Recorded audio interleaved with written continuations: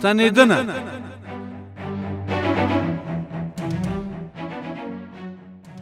د کلي او ستنېدنې د پروګرام درنو اورېدونکو ستړي مسئ. موږ چې له پاکستانه راغلو دا لارې کنډ او کپرې دي او ورانې دي او خپل مال مې په موټر کې راوړ، هغه اوس ډېر خراب دی. سربي په بازار کې هغه اوس خلک مې کته کړي مې دي او خلک یې په نیمه بیه هم نه اخلي. دا زه اوس کساب پسې ګرځم او کساب ورته راولم کلي ته، خو روغې نه شي رسېدلی، نو په کساب به یې په نیمه بیه خرڅومه. دا ټوله ګناه دی ما وه چې مو لارې خرابې او ما په موټر کې راوړې او جای مې سم نه ورته برابر کړی او جوړ کړی مې نو موټر. دا د هغه کډوال غږ و چې د راستنېدنې په وخت کې د کور د کاڼو کودیو سره یو ځای خپل څاروي په لارې موټر کې اچولي، په لاره کې د ټپي کېدو له امله یې په کساب پلوري. موږ هم خپل اوسنی پروګرام همدې موضوع ته ځانګړی کړی چې راستنېدونکي کډوال څنګه وکولی شي چې د راستنېدنې په وخت کې د کور له سامانونو سره یو ځای خپل څاروي هم په سمه توګه خپلو کلاو بانډو ته ولېږدوي.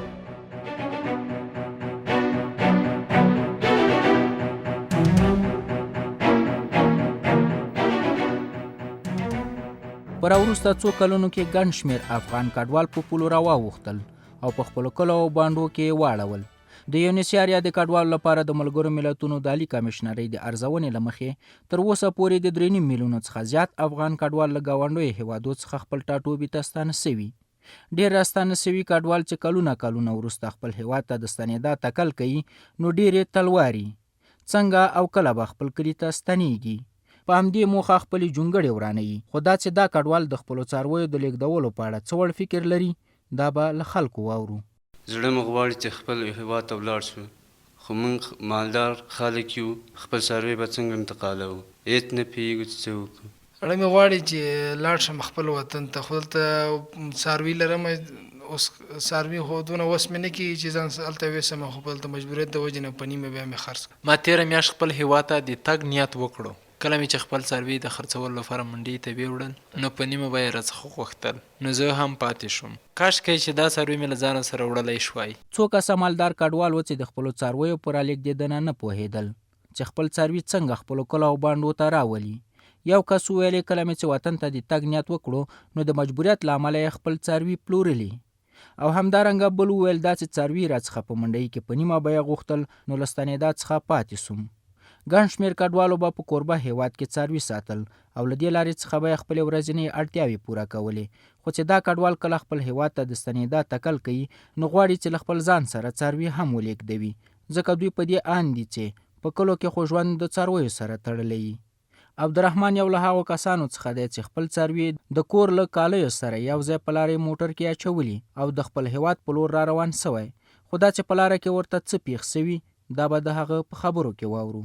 موږ چې کله د مهاجرت نه بیرته راګرځېدو د جنوبي وزیرستان نه راتلو نو هلته ملارۍ ونیول، هغه کیمپ هم ړنګ سو، خپلې کوټې مو ړنګې کړې او لرګي ملارۍ ته بار کړل او موږ خپله مالداري هم درلوده، غواوې وې، وزې وې، خو چې کله هم کډه بار کړ د هغو دپاره مشخص ځای جوړ نه کړ، چون د وزیرستان لار ډېره خرابه ده، ټوله خامه ده، کچه ده، نو د هغو ځای نه چې د خپل هېواده پورې را رسېدلو دلته مو چې د مالونه ټول په موټر کې یو خوا او بل خوا لګېدلي وو او ټول زخمي سوي وو او ځینې خو یې په لاره کې دغه واړه مالونه لکه وزې هغه د غواوو تر پښو لاندې سوي وې، هغلته یوه دوې مړې شوې وې او نور مالونه هم چې دلته راورسول نو هغه د خپلو زخمو له امله یو څه وخت دلته وه، یوه غوا خو په مغه اولو کې مړه شوه او هغه نور هم زخمي دي او اوس یې خپله غوښه هم له لاسه ورکړې ده او ډنګرې دي، هر څومره دواوې هم چې باندې وکړلې ولې بیرته په پښو ونه درېدلې، هماغسې تر اوسه پورې پاتې دي او اوس خرڅېږي هم نه چې موږ یې خرڅ کړو او د حلالولو وړ هم نه دي چې حلال یې کړو. او یوازینی علت هم دا و چې موږ په کډو راوستلو کې د دوی د مالو دپاره داسې ځانګړی ځای یا کوم تدبیر نه و نیولی، له همدې امله دغه ستونزې رامنځته شوې.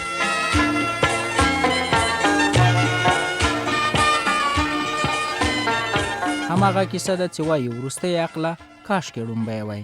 ډېرې کورنۍ د خپلو کډو سره وزې غواګانې رالیږدوي، خو آیا راستنېدونکې کورنۍ د دغو بېژبو څارویو د ځان سره د لیږدونې تابع کوي؟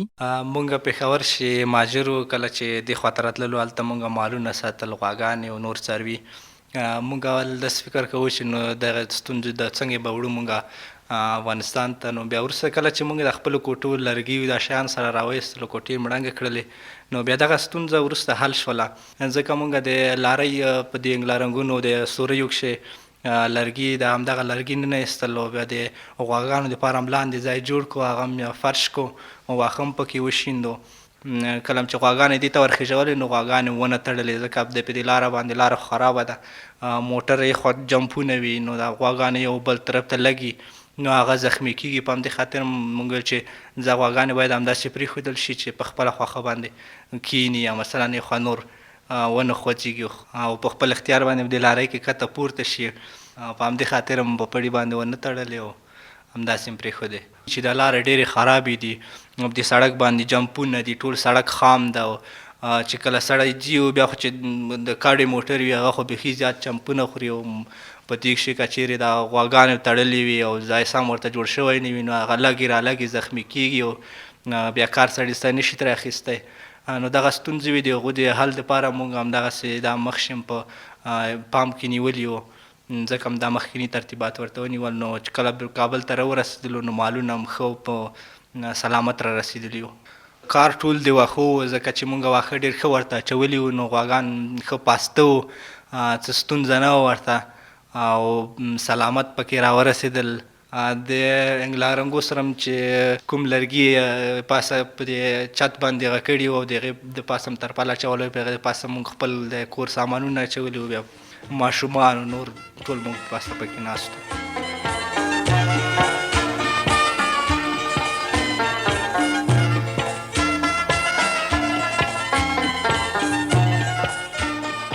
د افغانستان ډېرې لویې لارې کنډ یو کپر دي.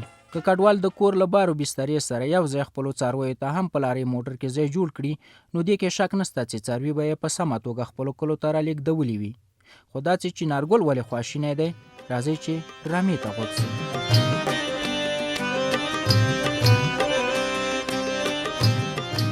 والکه چنارګله و چنارګله څنګه د سورانو کنډوالو ته خواشینه ناستې؟ ګلاب خان ستړی مشې، په خیر راغلې. خیر دې نصیب شه. چنارګل خانه ما ول داسې خواشینه راته ښکارې، خیریت خو به یي؟ خواشینی به ولې نه یم، شاوخوا ټولې کډې رانه لاړې، موږ یوازې په سپین ډاک پاتې یو، یوازې. نو څه در باندې شوي؟ نو ته ولې نه ځې؟ کوټې دې ورانې کړي دي، لرګي دې راسپړلي دي، نور دې نو څه شی پاتې دلته؟ خو زه کډه بار کا او یو څو ورځې وروسته موږ هم درپسې درځو. یاره ګلاب خانه ته م عجیب سړی، کډه څنګه بار کم؟ دا غواګانې وزې دا په څه شي کې بوزم؟ غریب سړی یم، د دوو موټرو وسه نه لرم چې د کور کالي په یو موټر کې بار کم او غواګانې وزې په بل موټر کې. نو دا خو د خواشینۍ خبره نه ده، د خدای تعالی زوروره، ته ولې دې ته خفه یې؟ وا دا ته څه وایې؟ ولې به نه خفه کېږم؟ له همدې غواګانو نه یوه مړۍ ډوډۍ خپلو بچیانو ته پیدا کوم. دا غواګانې چې بو نه ځم نو په وطن کې به څه کوم؟ په کور کلي کې خو ژوند له غواګانو سره تړلی دی. د خدای تعالی ساده ګله، نو ما تا ته کله ویلي چې ته د غواګانې وزې ځان سره مه بیایه. دا ټول خلک چې دلته په مهاجرت کې وزې او څاروي لري خپل ځان سره یو ځای په موټر کې بیایي. ښه څنګه یې بیایي؟ څنګه یې بیایي؟ په لارۍ موټر کې له کډې سره اچوي او بیا یې خپل وطن ته ځي. له کډې سره څنګه اچوي؟ ګوره دا د کوټو لرګي دي نه دي، دا د دې لارۍ د باډۍ په انګلارنګونو کې بندوي. بیا نو د دې لرګیو په سر باندې دا د کور کالي کټونه مټونه دا شیان میان ږدي.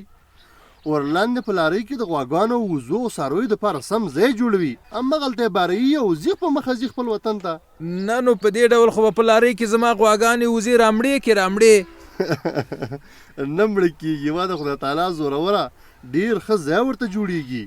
وچ واښه د لارۍ په فرش ورته اچوي او بیا پکې غواګانې دروي.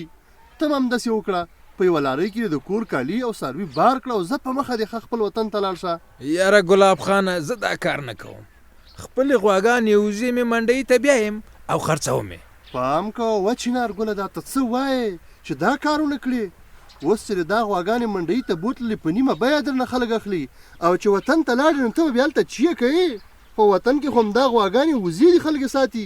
نو څنګه وکم؟ ته لار راوښیه، دا لاره خو ماته سمه نه ښکاري. لاره یې داسې ده، داسې وکړه چې لاړ شه لارۍ راوله، زه در سره مرسته کوم. دا د غواګانو ځای به درته زه په دې موټر کې جوړ کړم او زه په مخه دې ښه خپل وطن ته کډه بار کا. ښه اوس دا رښتیا کېږي؟ وا نو ته یې ګپ ګڼې؟ دا ټول خلک هم داسې کوي. ښه سمه ده، زه لارۍ پسې ځم، ته ګوره چېرته لاړ نه شې ښه. زه درته همدلته ولاړ یم، ورخطا کېږه مه. دا کومک در سره زه کوم، لارۍ ونیسه او راځه چې کالي مالي دې بار کړو. بس ځه الله دې مل شه، خپل وطن ته لاړ شه. خیر یوسې دا دې لاړم.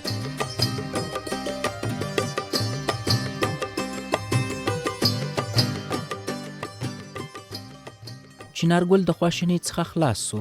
د ګلاب خان خبره یې ومنله او لارۍ موټر پسې لاړه چې د ګلاب خان په مرسته خپل څاروي په سمه توګه په لارۍ موټر کې د کور له کالیو سره یو ځای بار کړي.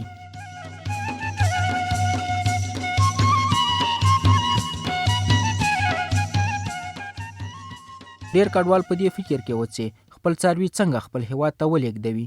همدارنګه که د راستنېدنې په وخت کې د څارویو د لېږدونې لپاره مخکې له مخکې غور ونیسي، نو کېدای شي چې په لارو کې څاروي ټپي او یا هم مړه سي. او که د لارې په فرش ورته واښه واچول سي چې څاروي پکې پاسته کیني او پاڅېږي، کېدای شي چې څاروي په سلامته توګه راورسیږي. چنارګل د خپلو څارویو لېږدېدو ته خواشینی و. ګلاب خان هغه ته د څارویو د لېږدېدو لارې چارې ور وښودلې او په دې پوه کړو چې د کور د بارو بسترې سره یو ځای په لارۍ کې خپل څاروي بار کړه. د کور لرګي دې د لارۍ په لنګلارنګونو کې بند کړي او د پاسه ورباندې د کور کالي واچوي او ورلاندې څارویو ته ځای جوړ کړي. خو څاروي په لارۍ کې په پړي مه تړه، پرېږده چې په خپل اختیار په لارۍ کې ولاړ واوسي.